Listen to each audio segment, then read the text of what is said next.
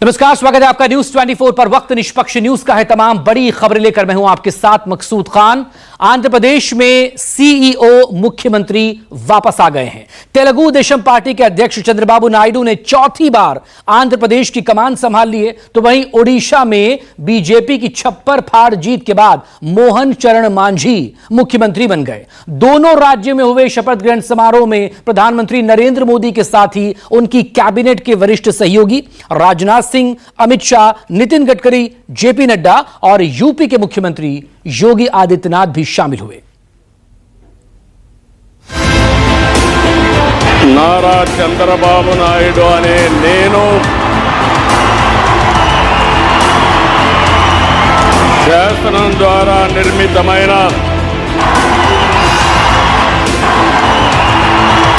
श्री मोहन चरण माझी ईश्वरଙ୍କ नामରେ ଶପଥ କରୁଅଛି ଯେ ମୁଁ ବିଧି ଦ୍ୱାରା ପ୍ରତିଷ୍ଠିତ। चौथी बार टीडीपी मुखिया चंद्रबाबू नायडू ने आंध्र प्रदेश सरकार की कमान संभाली। उड़ीसा में मोहन चरण मांझी की अगुवाई में पहली बार बीजेपी ने अपने बूते सरकार बनाई। उड़ीसा के राज्यपाल रघुवर दास ने मोहन चरण मांझी को मुख्यमंत्री पद की शपथ दिलाई, तो कनक वर्धन सिंह देव और प्रभाती परिदा ने उप मुख्यमंत्री पद की शपथ ली। भुवनेश्वर के जनता मैदान में आयोजित शपथ ग्रहण समारोह में उड़ीसा के 15वें मुख्यमंत्री के तौर पर शपथ लेने के बाद मोहन मांझी ने पीएम मोदी से आशीर्वाद लिया। मोहन मांझी मंत्रिमंडल में 11 कैबिनेट मंत्री और 5 राज्य मंत्री ने शपथ ली। सीएम पद के दावेदारों में शामिल सुरेश पुजारी और मुकेश महालिंग को भी मोहन मांझी ने अपने मंत्रिमंडल में शामिल कर लिया। उड़ीसा के क्योंझर से 4 बार के विधायक मोहन चरण मांझी ने शपथ लेने से पहले समारोह में आए आम लोगों की शुभकामनाएं ली। सबके साथ गर्मजोशी से हाथ मिलाया। उड़ीसा में 25 साल के लंबे इंतजार के बाद सत्ता परिवर्तन हुआ है। विधानसभा चुनावों में बीजेपी ने 78 सीटें जीतकर अपने बूते पर बहुमत हासिल कर लिया, जिसके बाद 25 सालों से सत्ता में बैठे नवीन पटनायक की विदाई हुई। पहली बार अपने बूते सरकार बनने से बीजेपी के नेता फूले नहीं समा रहे। उड़ीसा के लोगों को आभार प्रकट करती हूँ। महाप्रभु के आशीर्वाद से आज पहले कैबिनेट मीटिंग अभी होगी और इसमें सुभद्रा योजना की जो मोदी गारंटी है वो लागू होगी। पार्टी को धन्यवाद देना चाहूंगा, केंद्रीय नेतृत्व को धन्यवाद देना चाहूंगा, प्रधानमंत्री जी श्री नरेंद्र मोदी जी को उनको भी धन्यवाद देना चाहूंगा। सभी का आशीर्वाद है, उड़ीसा प्रदेश जनता का भी आशीर्वाद है और हमें मौका मिला है उड़ीसा प्रदेश के लोगों को सेवा करने के लिए। ये पद नहीं, ये दायित्व है। ये दायित्व है जो संकल्प पत्र में हम सब लिखे थे जब उड़िया के लोगों को बोले हैं, वो श्री मंदिर के बारे में हो, वो पेडी के बारे में हो, वो सब ठीक है ना। तो इस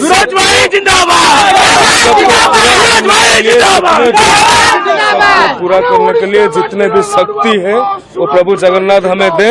हम लोग जनता को पहले तो धन्यवाद देंगे और जनता जनार्दन उड़ीसा वासी पूरे 4 करोड़ 20 लाख लोगों को हम लोग आश्वस्त करेंगे कि मोदी गारंटी के तहत हम लोग इलेक्शन के टाइम में जितना संकल्प लिए थे, वादा किए थे, उसको तुरंत इसको पूरा करेंगे। उड़ीसा की जनता को जो प्रतिश्रुति भारतीय जनता पार्टी ने दिया है मोदी गारंटी के तहत, इसको पूरा करना है। इसीलिए जो पॉलिटिकल विल पावर की जरूरत है वो भारतीय जनता पार्टी उसको आज से शुरू कर रहा है काम। पहला कैबिनेट आज है। मैनिफेस्टो में जो हम लोग कमिटमेंट दिए थे उसको लेके आज से हम लोग काम शुरू कर रहे हैं। आज उड़ीसा अस्मिता की विजय हुई है। उड़ीसा की विकास की पथ और बड़े हुए हैं। माननीय प्रधानमंत्री नरेंद्र मोदी जी ने उड़ीसा की नागरिकों को निवेदन किया था, एक बार भारतीय जनता पार्टी को सेवा करने का मौका दिया जाए, हम राज्य को देश की 1 नंबर राज्य बनाएंगे। महाप्रभु के आशीर्वाद आज भारतीय जनता पार्टी के नेतृत्व को मिला है। नए मुख्यमंत्री, नौजवान मुख्यमंत्री आदरणीय श्री मोहन मांझी जी ने आज अपने मंत्रिपरिषद का शपथ लिया है। उनको अनेक अनेक शुभेच्छा मोदी जी की मार्गदर्शन में उड़ीसा को एक अव्वल नंबर राज्य बनाएंगे, ये मेरा पूरा विश्वास है। ये भारतीय संस्कृति है और मैं उड़ीसा की जनता को बहुत बहुत साधुवाद देना चाहता हूं कि उन्होंने नरेंद्र मोदी जी के नेतृत्व के अंदर पहली बार उड़ीसा में एक भव्य और बड़े मैंडेट के साथ सरकार बनाई है। बहुत ही खुशी का दिन है। पहला बार बीजेपी का सरकार उड़ीसा में। महाप्रभु जगन्नाथ और उड़ीसा वासियों को बहुत बहुत धन्यवाद। उड़ीसा के नवनिर्वाचित मुख्यमंत्री श्रीमान मोहन मांझी जी को बधाई देता हूं। उम्मीद करता हूं उनके नेतृत्व में पूरा उड़ीसा एक नए विकास की रफ्तार पकड़ेगा। माननीय यशस्वी प्रधानमंत्री श्रीमान नरेंद्र मोदी जी के नेतृत्व में डबल इंजन की सरकार चलेगी।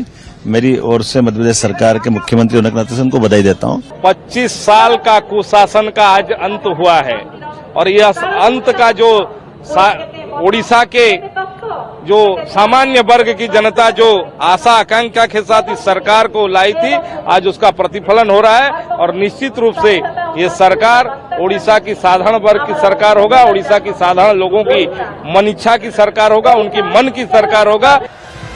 उड़ीसा में नई सरकार के शपथ ग्रहण समारोह में पीएम मोदी, गृह मंत्री अमित शाह, रक्षा मंत्री राजनाथ सिंह के साथ ही केंद्रीय मंत्री नितिन गडकरी और जेपी नड्डा भी शामिल हुए। पूर्व मुख्यमंत्री और बीजेडी मुखिया नवीन पटनायक भी मोहन मांझी के शपथ ग्रहण समारोह का हिस्सा बने। इससे पहले तेलुगु देशम पार्टी के मुखिया चंद्रबाबू नायडू ने चौथी बार आंध्र प्रदेश के मुख्यमंत्री के तौर पर शपथ ली। राज्यपाल एस अब्दुल नजीर ने उन्हें पद और गोपनीयता की शपथ दिलाई।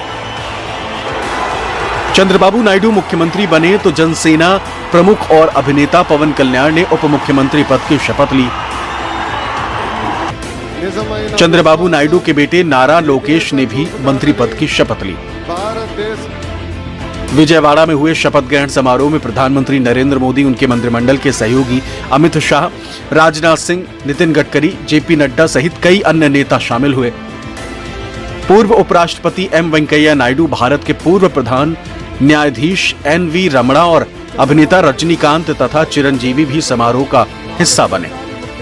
एक हिस्टोरिक डे है आज दिन है, क्योंकि यहाँ की जनता देखी मैंने बहुत काफी खुश है और चंद्रबाबू नायडू जी ने आज चौथी बार मुख्यमंत्री पद की शपथ ली हुई है।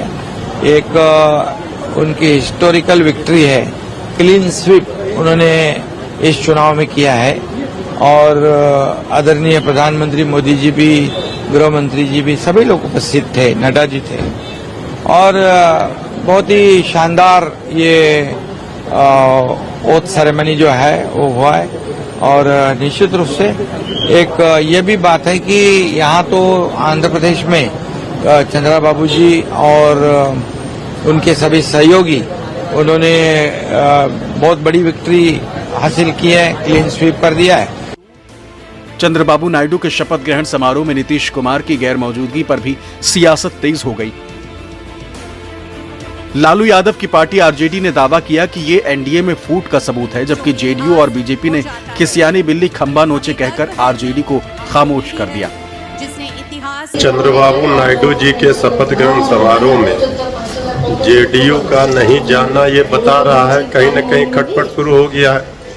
हम लोग तो पहले से ही कह रहे थे कि ये सरकार में सब कुछ ठीक नहीं है, ये दिखने लगा है और आगे आगे देखिए होता है क्या। अभी तो शपथ ग्रहण समारोह में नहीं गए हैं आदरणीय नीतीश कुमार जी जेडीयू से कोई, ये तो ट्रेलर है, असली फिल्म तो अभी बाकी है। राजद जो आप लोग कहते हैं ना, हमको ये नहीं समझ में आता कि देश में लोकतांत्रिक व्यवस्था और संसदीय व्यवस्था में अगर सत्ता पक्ष को जनादेश मिलता है, कर्तव्यों और अधिकार निहित है, तो संविधान में विपक्ष को भी कहते हैं ना कि बहुत मजबूत विपक्ष है।